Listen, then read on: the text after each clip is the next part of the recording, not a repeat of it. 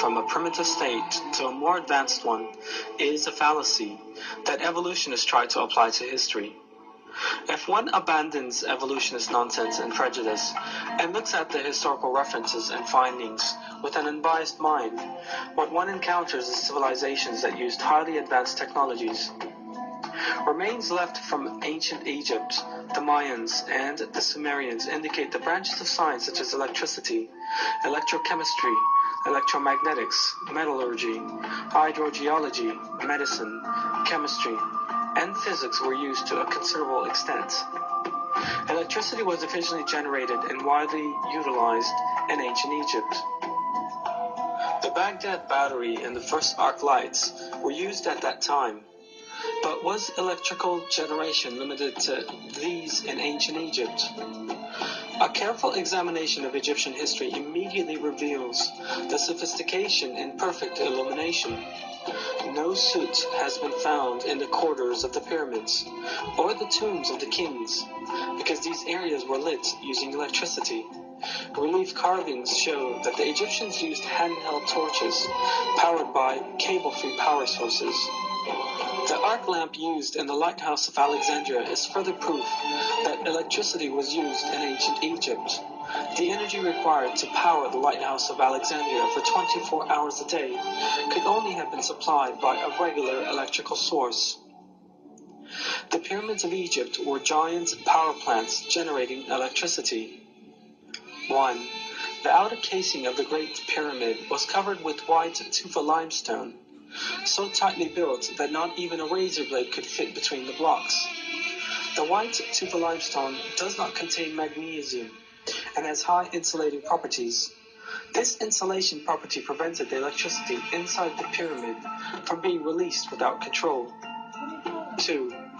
The stone blocks used inside the pyramid were made of another form of limestone, containing crystal and a small amount of metal, which allow for maximum power transmission.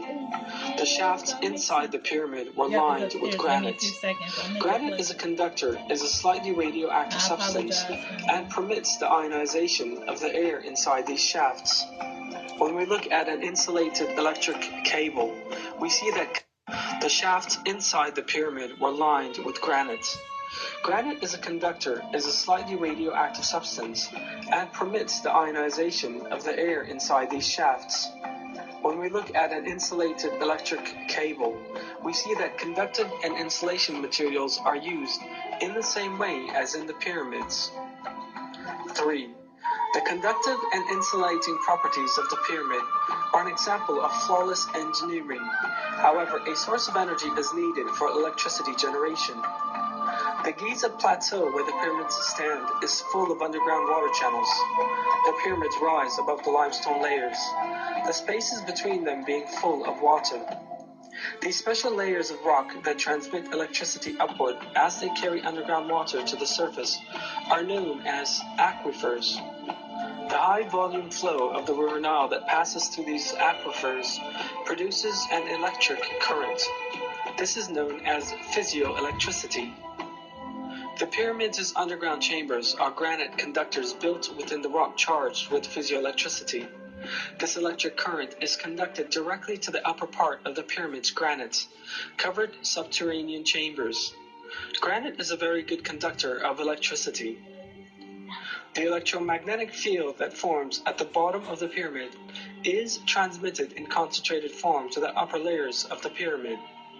On the top of the pyramid, there was a gold capstone, gold being an excellent conductor of electricity. This section is no longer there in our day. This means the top of the pyramid has lost its structure of flawless geometry. This gold capstone facilitated a conductive path for the transfer of negative ions to the ionosphere. This way, a current was generated. How does it serve to move the electromagnetic field on the ground with the help of an aquifer? An identical form of this technology, employed in Egypt 5,000 years ago, was used by Nikola Tesla, an inventor of electric technology in the early 1900s, in a tower he constructed in the United States of America. Tesla, the inventor of such fundamental electric technology as the alternating current, electric engine, radio, the laser, and radar, was successful in simultaneously transmitting sound and pictures between continents in the Wardenclyffe Tower he built between 1901 and 1917. He used an external source of electricity for this, and even applied wireless power transmission technology. Tesla had also built his tower above an aquifer and discharged the negative ions from the aquifer to the tower. The electromagnetic technology used in Tesla's famous tower is identical to the electromagnetic field set up in the construction of the pyramids. Both systems generate negative ions and transmit them without the need for electric cables. So for what purpose did the Egyptians use electricity? Relief carvings clearly show that the Egyptians used hand-held bulb-type lamps powered by a cable-free electric source. These bulbs are reminiscent of Nikola Tesla's descriptions to show that his alternating current was safe. At the 1893 Chicago World's Fair, Tesla transmitted alternating electric current through his body to light a bulb he held in his hand without using electric cables. This relief carving shows a wireless antenna. The Egyptians used the antenna and cable-free energy for wireless communication. And the relief on the left is a carved transmitter with a receiver on the left. This evidence indicates that the Egyptians used free wireless energy for communication purposes. This relief carving shows a yarn manufacturing facility. The yarn Egyptians used for their fabrics at that time were as fine as those manufactured by machinery today. The Egyptians also used electric power in their weaving plants. It was seen that many gold objects which have remained from ancient Egypt were in fact very finely gold-plated. Such perfect gold plating as in these pieces requires the use of electricity.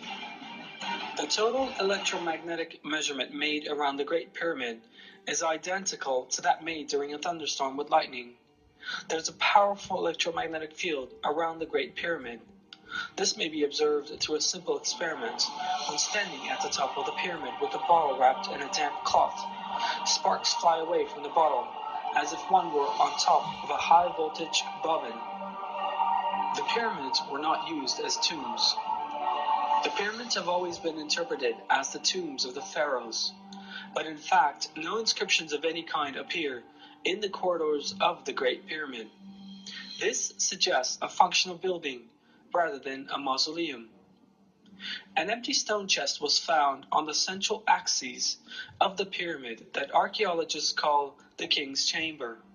They claimed that this contained the coffin of the pharaoh, but that, since this had been stolen, it was now empty. But the examination of the dimensions of the stone chest and the special location in which it was installed reveals a different state of affairs. That point is just where the missing part of the pyramid's conductive structure and whole design suggest it should be. If a superconductive material was installed here, the pyramid could manufacture enough electricity for all of Egypt. This superconductor is thought to have been the Ark of the Covenant, which was known to have been in Egypt in ancient times, and whose dimensions are just right to fit inside the stone chest. This superconductor is thought to have been the Ark of the Covenant, which was known to have been in Egypt in ancient times, and whose dimensions are just right to fit inside the superconductor is thought to have been the Ark of the Covenant, which was known to have been in Egypt in ancient times, and whose dimensions are just right to fit inside the stone chest. The prophet Moses, peace be upon him, was adopted by Pharaoh, and according to historic records, was raised as an administrator because of his superior moral values, intelligence, and abilities. One of the phases in leadership training in ancient Egypt was the teaching of all the secrets of Egypt and the knowledge of energy. In addition to its other properties, there are also and the knowledge of energy. In addition, one of the phases in leadership training in ancient Egypt was the teaching of all the secrets of Egypt and the knowledge of energy. In addition to its other properties, there are also intelligence and abilities. One of the phases in leadership training in ancient Egypt was the teaching of all the secrets of Egypt and the knowledge of energy, in addition to its other properties.